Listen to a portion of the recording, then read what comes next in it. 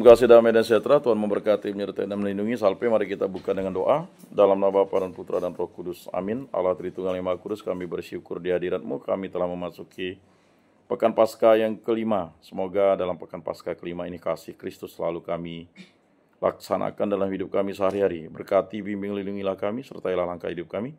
Jangan lepaskan kami daripada kuasa-Mu. Semua ini kami serahkan ke perantaraan Tuhan kami Yesus Kristus, hidup dan beraja, ini dan sepanjang segala masa. Amin. Dalam nama Bapa dan Putra dan Roh Kudus. Amin. Baik, kita kemarin sudah membahas gereja Katolik di era Orde Lama dan Orde Baru kan? Udah ya? Nah, makanya ada makalah tuh. Makalah yang kalian buat. Sama seperti, ya.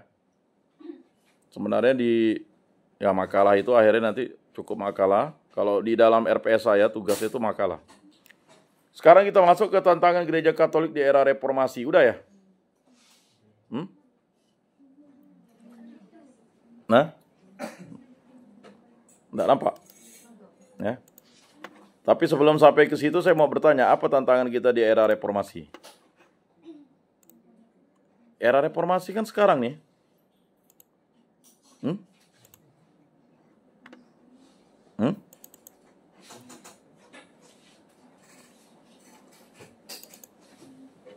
Apa tantangan kita sekarang di era Reformasi?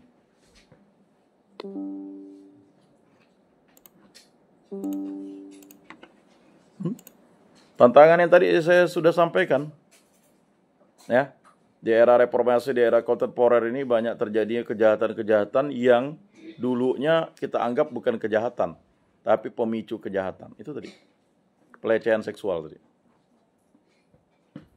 Itu tantangan kan? Makanya Paus Fransiskus meminta maaf, ya, kepada umat, masyarakat, jemaat, ya, tentang adanya kasus-kasus pelecehan seksual, ya, terhadap anak, ya, terhadap perempuan, bahkan juga terhadap yang terjadi. Jadi tantangannya itu berat. Karena kalau kita berpijak dari tantangan gereja sekarang itu memang akan menjadi sesuatu yang berat, ya. Dan itu sebenarnya sudah terjadi ketika adanya reformasi, ya. Jadi ada era reformasi itu pada abad ke-16 yang didengungkan, yang sekarang kita sebut kelompok Katolik yang berreformasi itu ya disebut Protestan gitu. Jadi sebenarnya Protestan itu adalah orang Katolik yang melakukan protes terhadap, ya, ajaran-ajaran yang mungkin tidak sesuai dengan pemahaman mereka. Kata pemahaman ini bisa kita perdebatkan. Tetapi justru mereka malah keluar dari itu gitu. Ya, keluar dari pakemnya begitu. Nah, saudara-saudara yang terkasih dalam Yesus Kristus, ya, berbicara tentang reformasi, kita juga tidak boleh melupakan ya kejadian yang terjadi pada abad ke-16. Di mana waktu itu ya gereja mengalami yang namanya masa-masa menghadapi tantangan, ya. Tantangannya apa? Ya. Ada 95 tesis, ya. Dari Pastor Martin Luther Osa. Ya. Jadi Pastor Martin Luther Osa itu adalah satu kongregasi dengan Paus Leo ke-14 sekarang nih. Ya. Ordo Santo Agustinian. Jadi orang kudus yang menjadi inspirasi itu adalah Santo Agustinus dari Hippo. Ya. Nah, itu tantangan yang terjadi. Luar biasa kan? Jadi Kalau Pastor Martin Luther tuh lalu keluar, ya, sedangkan kawan-kawannya tetap berada di dalam gereja Katolik. Nah, ini sering terjadi di diri kita. Kalau kita menghadapi tantangan itu sebagai katekis, bukan kita lalu keluar, lalu kita menyalahkan. Justru kita harus mencari tahu apa akar persoalannya, apa masalahnya, sehingga terjadilah yang namanya dialog. Contohnya kalian menyelesaikan kasus perceraian, mau bercerai bukan perceraian. Tetangga kalian kah atau apa kan kalian? Apakah kalian tidak bisa menyelesaikan? Bisa, tapi gereja tetap dibawa ke institusi gereja. Tetapi ketika masalahnya itu bisa diselesaikan, kok mengapa sih abang nih mau cerai dengan kakak, ya kan, ditanya, ya kan, oh kakakmu ini cerewet, ya kan, udah anak 2 makin cerewet, saya kan tak mampu, oh cerewet. Lalu tanya kakaknya, ngapa sih mau cerai, ya abangmu ini pelit, bagaimana kakak tak cerewet, duit belanja 100.000 dikurangi 50.000, ya kan? Oh masalahnya ekonomi. Oh lalu tanya lagi, jadi kalian jadi mediator. Kakak bilang abang ini pelit, masa dari 100.000 jadi 50.000, mana mau makan, ya kan? Ah itulah katanya, duit itu ada 100.000, tapi kan abang ini ada simpanan. Oh rupanya kasusnya, ya kan? Jadi banyak orang, jangan menyalahkan dulu. Wah memang kakak ipar saya ini cerewet gini. Rupanya ya, sekali digali, apa yang kelihatan bukan itu pangkal penyebabnya kan.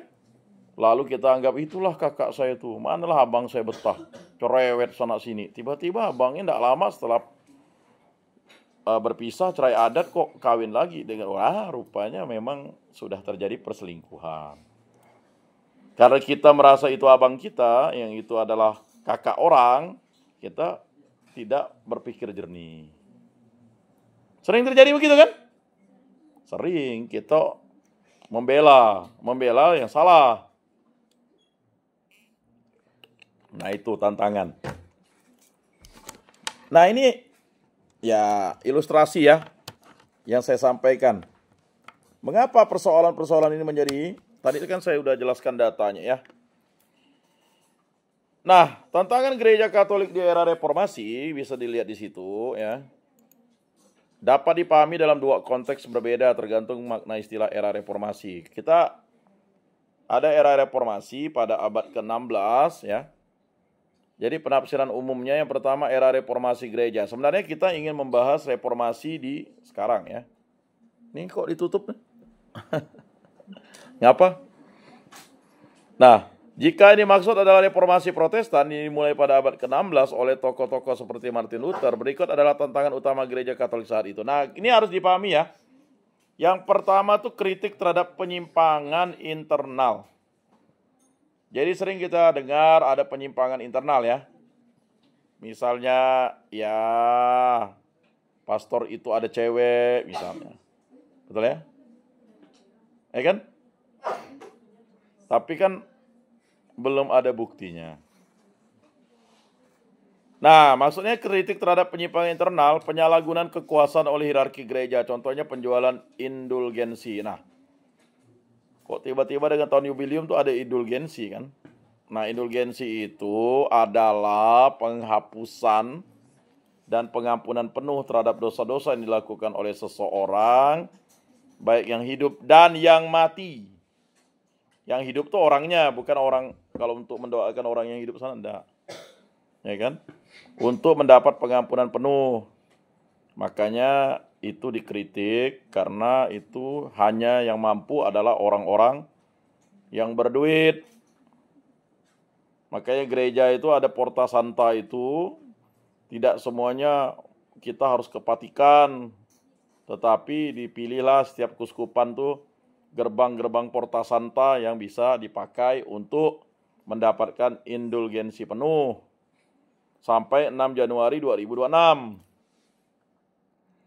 Lalu ada skandal moral dan ketidakdisiplinan klerus. Nah, skandal moral. ya, para pastornya punya istri dan anak, misalnya ya, dan sebagainya. Jadi yang dikritik Martin Luther tuh bagus awalnya, tapi ujung-ujungnya dia mau punya istri juga kan gitu. Pak Uda mau uga kan gitu. Kita ini kan ngeritik karena nggak bisa, rupanya kita mau juga gitu. Ya. Kemudian korupsi dalam struktur kepausan dan administrasi gereja. Ya, ada kata korupsi. Kalau korupsi ini sebenarnya penggelapan ya. Korupsi itu adalah mencuri uang negara.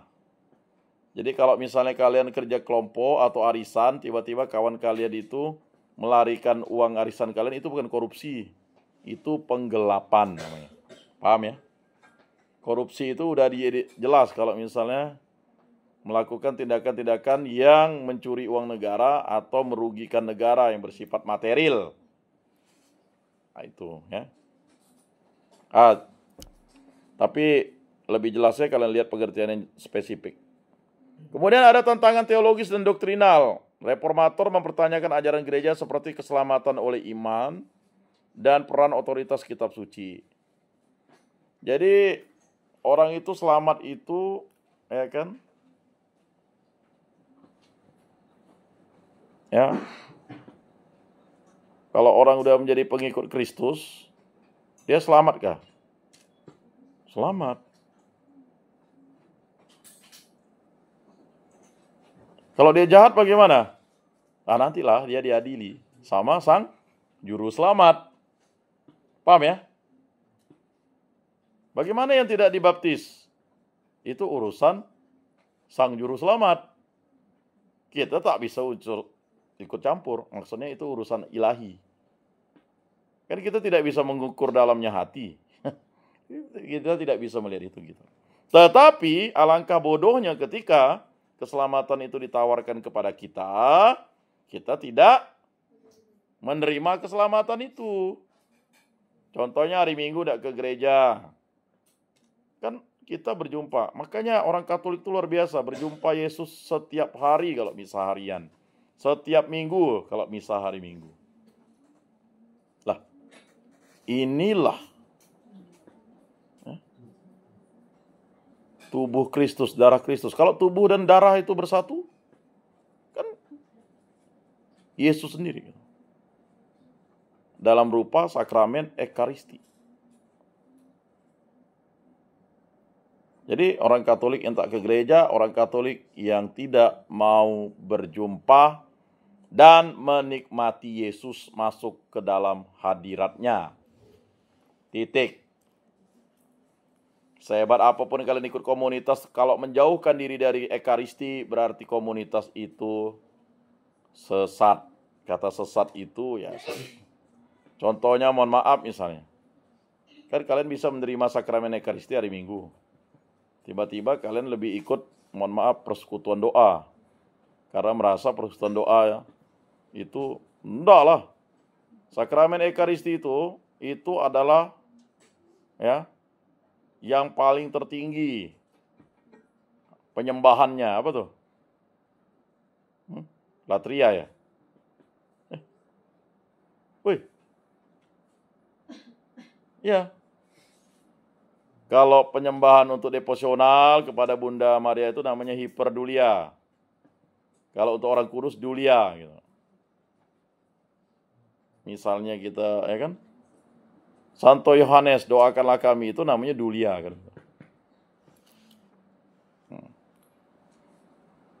Nah, kemudian dan peran otoritas kitab suci. Jadi ya ada tesis-tesisnya. Munculnya interpretasi bebas terhadap kitab suci tanpa rujukan pada magisterium. Nah ini bahaya. Bagi gereja Katolik, kita tidak bisa menerjemahkan bebas kitab suci itu.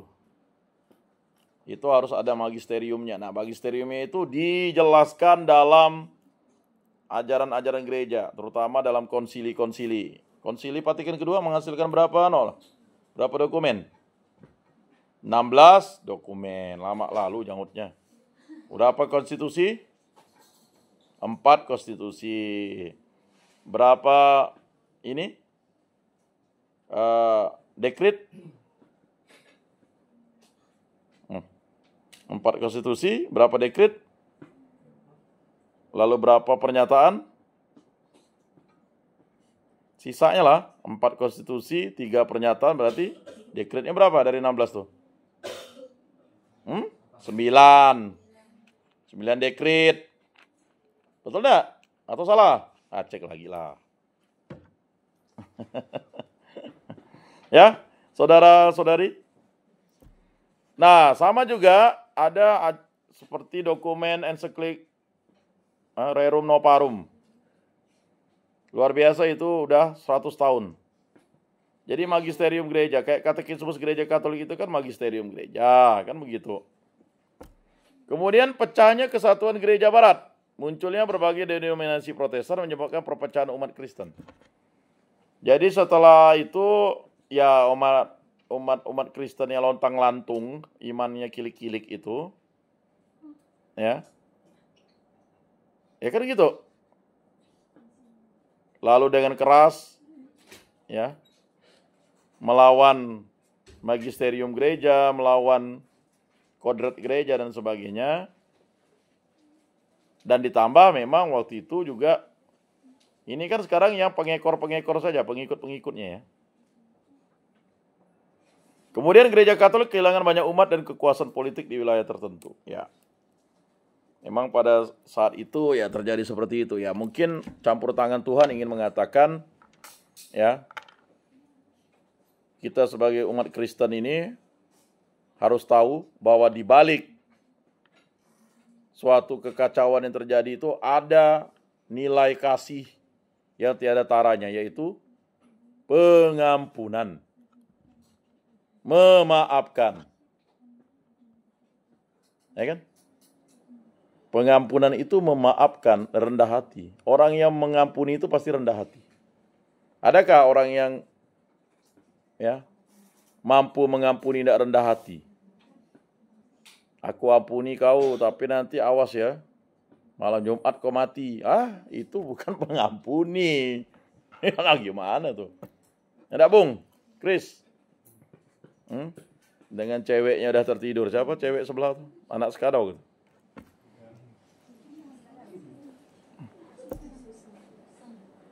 Nah, ya. Kemudian kebutuhan akan pembaruan internal. Maksudnya saya mau menjelaskan reformasi ini penting juga untuk dipahami. Reformasi internal melalui Konsili Trente 1545-1563, pembaruan liturgi, pendidikan iman dan disiplin gereja. Ya. Gereja Katolik itu 2000 tahun itu tetap bertahan, itu yang utama karena didirikan oleh Yesus Kristus. Tetapi prosesnya karena kedisiplinan iman. Ya, disiplin. Hari Minggu tuh semua gereja paroki itu wajib ada misa. Itulah disiplin. Kita sebagai umat Katolik kalau tidak disiplin ke gereja hari Minggu, tapi kita disiplinnya tidak mati, disiplin hidup. Ya, dari malam Minggu sampai Minggu malam ada misa. Di daerah Dekanat Pontianak Raya. Gereja mana yang tidak ada misa sorenya? Hanya beberapa gereja. Ya, misalnya BMJ, Stella Maris, tetap ada misa malam minggunya, ya.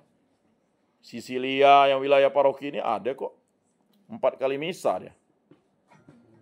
Jadi kok enggak bisa, Bung Non. Ya kan? Ketahuan muka-muka yang menerima sakramen Ekaristi itu ketahuan. Ya kan ketahuan.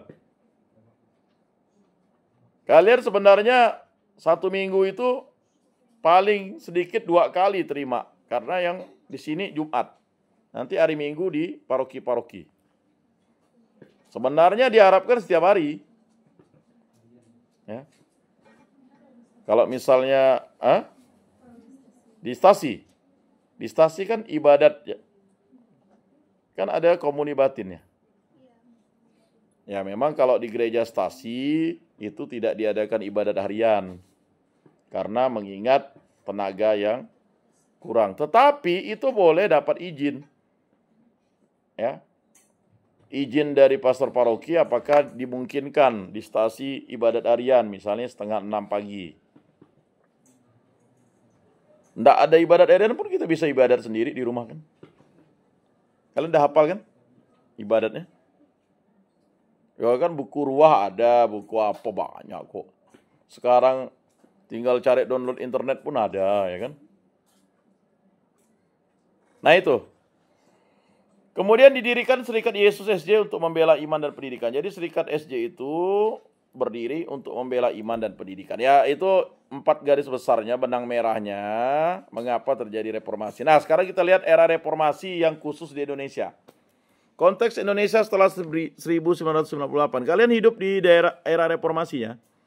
Dulu ada namanya era kemerdekaan atau era Orde Lama, ada era Orde Baru, lalu ada era Orde Reformasi. Jika ini maksud adalah era reformasi di Indonesia, maka tantangan gereja Katolik berbeda dan lebih kontekstual dengan kehidupan sosial politik Indonesia. Ya, mengapa tadi saya memberikan isu-isu sosial yang akan kalian hadapi? Baik isu-isu pendidikan pengajaran dan juga isu-isu pelecehan anak, belum lagi isu global, narkoba, terorisme. Kan ada 5 kejahatan tuh, extraordinary crime namanya. Ya, narkoba, terorisme, ya, apa? Korupsi. Berikutnya apa? Trafficking. Kemudian ada ya pelecehan seksual. Karena ini penyakit patologi sosial yang akan menghambat generasi muda. Bayangkan, saya tidak bisa terbayangkan ada 6 anak perempuan cilik yang diperkosa. Bagaimana kehidupan masa remaja dan masa dewasa dan tuanya nanti kan? Dia tidak tahu apa-apa. Ya kan?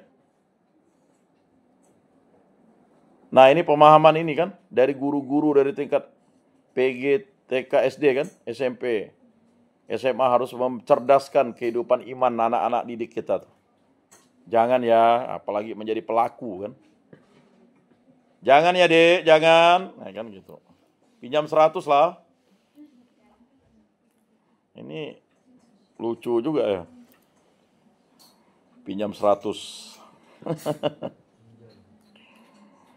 Nah, ini persoalan kan. Apalagi dengan degradasi moral sekarang. Ya, kalian bisa mendapat tontonan yang enak-enak lah di layar HP kalian yang enak-enak. Mau main game enak, mau makan ya hanya dalam hayalan. Ya kan? Mau dihibur oleh artis apapun tinggal cari YouTube. Carikan saya artis yang paling terkenal. Langsung dikasih musik kan? Enak sekarang teknologi ini. Yang penting kalian punya sinyal, paket, dan sekarang ada Gemini, program AI. Apakah jenis kelaminmu? Maaf, saya tidak punya jenis kelamin. Sekarang orang belajar, hati-hati ya. Kalian akan tertinggal nanti kalau anak-anak udah pakai AI. Ya kan? Tapi AI itu tetap kalah lawan praktik kita, praktik baik kita. Ya kan? Ini bahaya. Maka kita harus banyak konten-konten positif kita yang kita masukkan di medsos. Maka saya berharap nanti kalau kalian udah sarjana, kalian sempurnakan konten awal kalian itu. Makanya ada diktat yang harus kalian buat. Nih berat nih. Tugasnya mana makalah, mana diktat. Dan memang makalah itu sebenarnya ada 4. Cuman saya persingkat makalah yang di atas itu 1. Ya sesuai dengan silabus. Tapi diktat itu adalah hasil kumpulan tulisan kalian nanti yang akan disempurnakan untuk program pengajaran kalian di masa depan. Ya masa sekarang pun tidak apa-apa. Ya kan diktat-diktat itu dibuat tujuannya adalah membantu. Ya kan? Jadi kalau kalian punya 50 mata kuliah, kalian udah buat diktat sendiri-sendiri, lalu kalian press jadi buku, ketika nanti diktat itu suatu saat kalian gunakan, kalian tinggal mengajar kan gitu. Jadi diktat itu ya didapat, dibuatlah. Dan buatnya harus ya kan? Kemudian yang PDF-nya udah dikirim ke saya seminggu sebelum ujian. Sedangkan diktatnya dengan tugas makalahnya itu ya pada saat sebelum ujian. Jadi diktatnya tuh jangan sampai hilang, disimpan. Nanti kalian jadi dosen sejarah gereja Indonesia. Oh tak benar kata Pak Yakobus ini saya sempurnakan loh. tak benar lagi saya kan. Kalianlah sebagai anak membenarkan sesuatu, membetulkan sesuatu yang salah misalnya. Ya, itu penting ya.